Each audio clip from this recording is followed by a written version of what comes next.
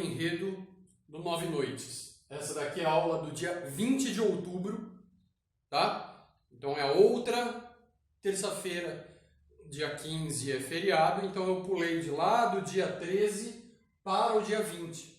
Dia 13 é uma terça-feira, dia 20 é a terça-feira seguinte, já que dia 15 é feriado, não tem aula. Então vamos lá. Vamos ver como é que foi montado esse enredo. Bom, lembrando que eu já falei, é uma narrativa não linear. O que é uma narrativa não linear? É aquela história que ela não segue a linha, o esquema de começo, meio e fim, aquela ordem cronológica. E por que não? Porque, como eu falei antes, você tem aí alternância de dois tempos de narrativa.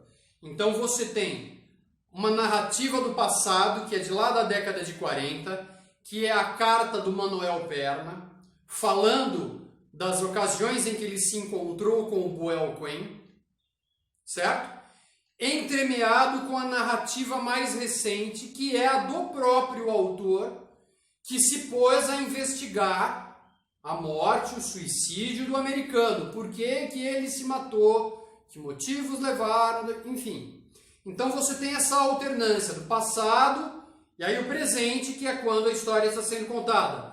Volta ao passado, que é a narrativa da carta lá do Manuel Perna, depois outro trecho que volta ao autor falando da investigação que ele está fazendo, que é o momento presente da narrativa, da narração, está sendo contada a história, tá? Então você tem um vai e vem no tempo, então isso quebra a linearidade. Uma narrativa linear é aquela que vai do passado, passa pelo presente em direção ao futuro e lá na frente vai acabar. Então você tem aí, né, a sequência cronológica dos acontecimentos da história. Uma sequência linear, segue a linha do tempo. Aqui não. Aqui isso está tudo quebrado. Você tem aí uma mistura de tempos. Um narrador do passado e um narrador do presente. Volta ao narrador do passado, volta ao narrador do presente. Volta ao narrador do passado, volta ao narrador do presente. Então esse tempo está todo quebrado. Esse vai e vem, essas analepses e prolepses aí, né, para usar uma linguagem mais técnica, o flashback e o avanço para o futuro. Volta para o passado, volta para o futuro. Certo? Então narrativa não linear. O que também é uma outra, não uma inovação tão grande, mas vá lá, tá? Bom, como eu já falei antes também, você vai ter uma, por mais que chora, lacrador, chora, tá? É uma desconstrução do índio romântico. Então aquela ideia do bom selvagem, do Jean-Jacques Rousseau, entendeu? O índio é sempre bonzinho. Ah, porque o índio tá lá na floresta. Não, a gente tem que deixar o índio lá, não pode mexer com o índio lá. Deixa ele lá, que nem um bicho no zoológico. Quer dizer, o índio não é gente, o índio não tem vontade. O índio também quer celular, o índio também quer computador, o índio também quer ir no shopping. O índio também quer gastar dinheiro, ganhar dinheiro. Ser fazendeiro, comprar terra, vender terra. O índio quer fazer o que todo mundo faz, ele é gente como qualquer um. Então, para os lacradores que querem ver o índio lá na floresta, isolado, que nem um bichinho na sua cerca do zoológico, e ele é sempre bonzinho, porque ficando lá, a maldade do homem branco não vai chegar até ele. Tá, mas ele tem a maldade do índio nele, porque ele é um ser humano. Ué? Então você desconstrói aí a visão do índio romântico, sempre bonzinho, sempre herói, sempre íntegro, sempre perfeito, utópico. Não acabou, veio abaixo. É um índio humano. Não é um índio nem melhor nem pior. É um índio humano, com qualidades e defeitos do ser humano. Ponto. Né? E esse índio humano, ele é violento que nem o homem branco é violento. Mas é uma violência diferente. Mas é uma violência. E no caso desse americano jovem, de 27 anos, que é tirado do ambiente universitário e jogado dentro de uma selva, um meio selvagem, embrutecido, ele vai ter uma realidade completamente diferente da que ele tinha lá nos espaços seguros, né? que ele tinha antes, ele está ali, ao Deus dará. E pode ser que essa violência nova, que é a violência do índio humano, tenha causado algum dano à psique desse jovem. Vamos dizer aí, vai saído da adolescência. Já que estão dizendo que a adolescência hoje vai até os 24 anos, né? Pelo amor de Deus. Vai atingir esse jovem branco que veio de um meio urbano lá dos Estados Unidos e foi jogado ali na mata selvagem.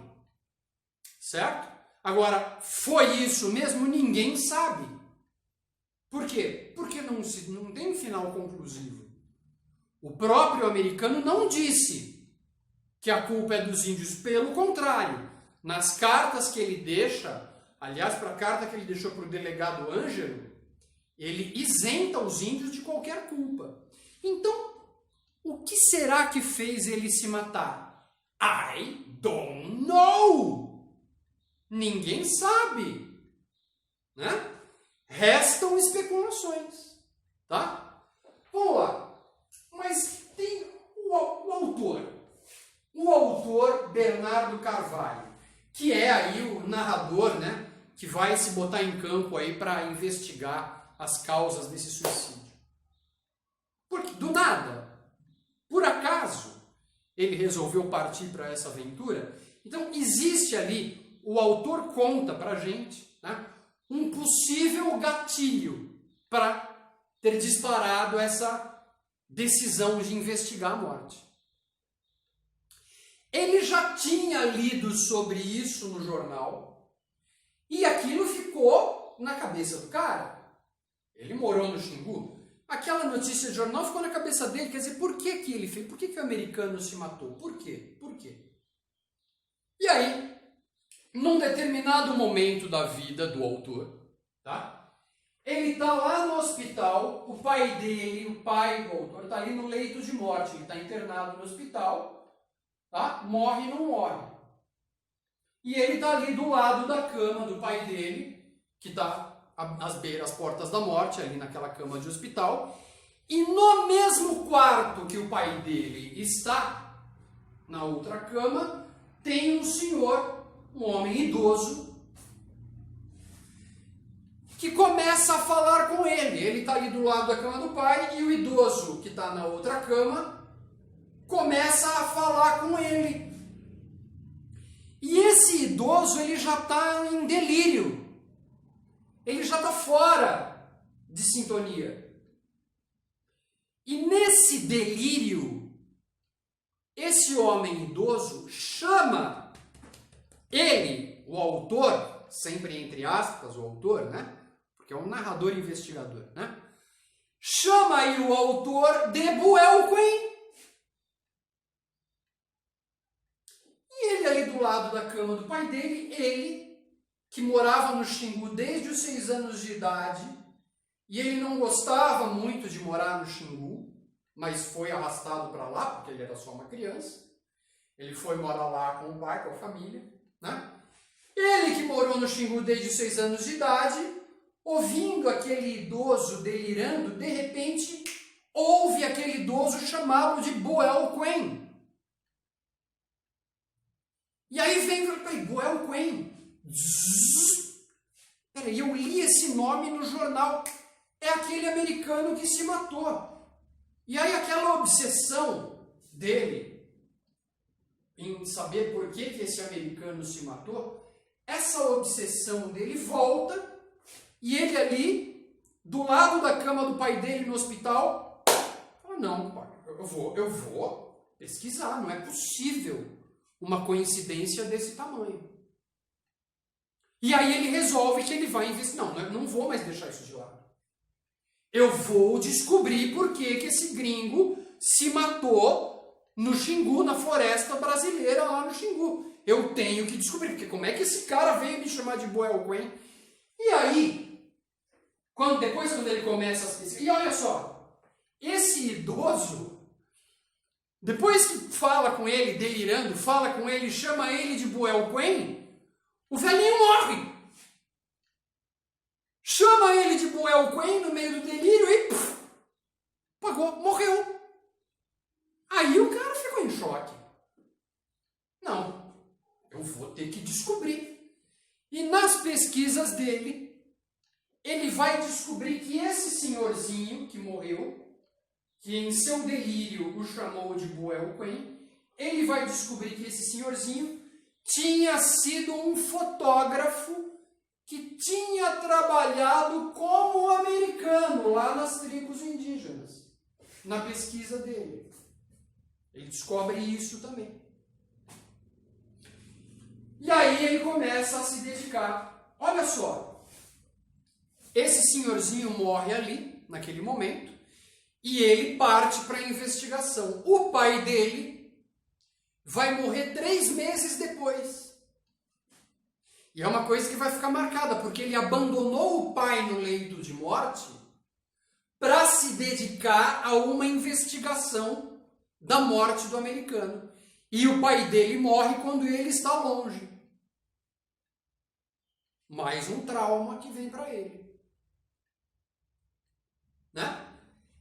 Bom, esse cara, o autor, ele morou no Xingu. Aliás, no livro tem uma foto dele, ao lado dos índios, dele criança, ao lado do índio lá, um índio lá no Xingu e tal, né? Fotos que o pai dele fez, a família fez. Tem foto dele criança ainda do lado de um índio. Foto real, foto verdadeira, documental, né? Assim como outras fotos. Nesse livro aí, estão compondo essa narrativa que mistura fato e ficção, cartas do americano Quinn, que Buell Quinn, talvez o nome dele fosse Bill Cohen, mas que na pronúncia de lá do idoso se torna Buell Quinn. Bill Cohen. Mas ele escuta como Buell Quinn. Ou alguém escuta e escreve Buell Quinn. Tá? Então tem cartas do Quinn, que o Quinn escreveu para o pai que devia estar lá nos Estados Unidos também, lógico. Cartas que o americano escreveu para sua orientadora da Universidade de Antropologia, lá também nos Estados Unidos. Ele escreve para ela, talvez como esteja correndo a pesquisa. Tá? E que ele escreveu para o delegado Ângelo, aqui do Brasil, isentando os índios da morte que ia ocorrer com ele, porque ele está vivo escrevendo. Então ele já está decidido que ele vai morrer. E se ele está decidido que ele vai morrer, é porque ele vai se matar. Então quando ele escreve essa carta para o delegado Ângelo, já está selado o suicídio dele. E essa carta para o delegado é na tentativa de falar, olha, os índios não me mataram, não vai investigar os índios, ninguém me assassinou, eu que vou me matar, eu que vou cometer suicídio. Ele não diz com todas as letras, mas é óbvio que é isso que vai ocorrer. Né? Junto com essas cartas do americano, também tem entrevistas que foram feitas lá com os pesquisadores do Xingu e tal, as pessoas que estavam envolvidas ali em pesquisas do Xingu, levantamento, censo e tal, em torno dos índios e tal. É a época lá, anos 30, anos 40, é o Brasil do Getúlio Vargas, né? Então tinha lá a pretensão de inclusão dos índios e tal, então vão pesquisar, vão mandar missões para pesquisar, fazer levantamento geográfico ali, né? Levantamento estatístico sobre os índios e tal. Então tem entrevistas com esses pesquisadores e tem fotos no livro, tem fotos de pessoas que são personagens reais ou fictícios. É uma obra de ficção e tem foto ali e ele pode ter incluído aquelas fotos para ilustrar a parte fictícia da obra. Então, aí é que está. Isso é um romance-reportagem. Ele é um romance porque ele, ao fim e ao cabo, é uma obra de ficção. É uma invenção do autor. Só que ele tem o aspecto de uma reportagem jornalística de verdade. Porque tem elementos de realidade inclusos ali. Inclusive dados autobiográficos. Dados da vida do autor, do cara que escreveu o livro. Então está tudo misturado, formando uma peça de ficção. Sabe aquela história? Baseada em fatos reais. Tal. Pois é. Então, você quando está lendo o livro, você pode até ter a impressão de que, peraí, tudo que está aqui é verdadeiro, mas não. São essas peças, como as cartas, por exemplo, fotos, que são verdadeiros, que dão algum toque de veracidade, algum toque de verossimilhança. Verossimilhança não é verdade, é semelhança com a verdade. Então é uma obra diferenciada nesse sentido. É um romance-reportagem. Certo? Vai misturar a realidade com fatos, com documentos, com pesquisa e criação imaginativa do autor. Tudo vai ser misturado, tudo está entremeado ali. É um livro bastante curioso. Na sequência, eu vou falar aqui de que aspectos podem ser explorados na prova. Só um momento.